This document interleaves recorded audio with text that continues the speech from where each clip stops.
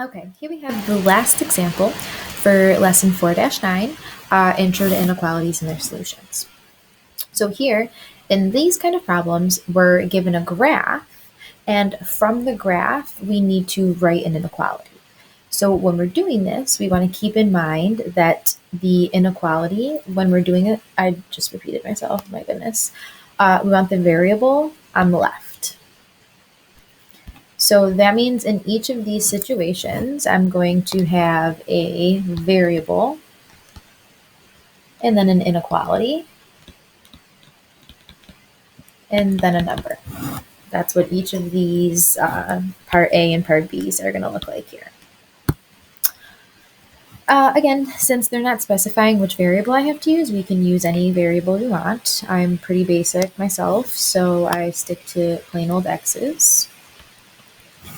The number that the dot is on is the number that you're going to write on the right-hand side of the variable. So in part A here, I can see that my dot isn't quite on the line of 10 and it isn't quite on the line of 12, which would logically lead me to believe that it's referring to 11. So 11 is what's going to go on the right-hand side of my variable, leaving a spot in the middle there for my inequality, of course. Jumping to graph B, here my graph I can see it's a little blurry, but I can see that my circle is happening at 5. So that's going to go on the right-hand side of that one. And now to determine which inequality is going to go in between them, you're going to A, pay attention to if you have open or filled in circles, and then B, pay attention to the shading. Which way the shading is going to tell you what kind of an inequality it's going to be. So in this first graph of example 2, part A, it is showing me the shading, the arrow is going to the left where the numbers are getting smaller than 11. So that would logically lead me to believe that I'm going to use the inequality less than.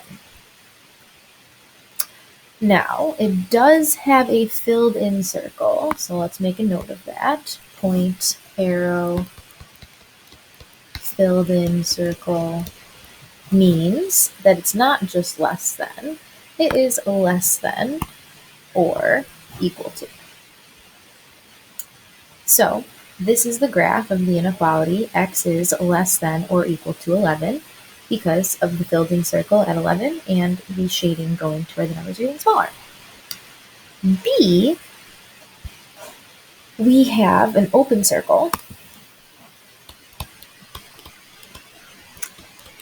and that tells me that it's going to be either less than or greater than, no line underneath, which means it's either swoop or swoop. Now, looking at the shading here, the arrow in the shading is going to the right of the 5, which is where the numbers are getting bigger, leading me to believe that the proper inequality here would be greater than. And again, just greater than because of the open circle. All right, so you're going to take a look at your homework problems, defining the variable and writing the inequalities like our first example, like our second example, also like our first example with the graph there. So you can do it.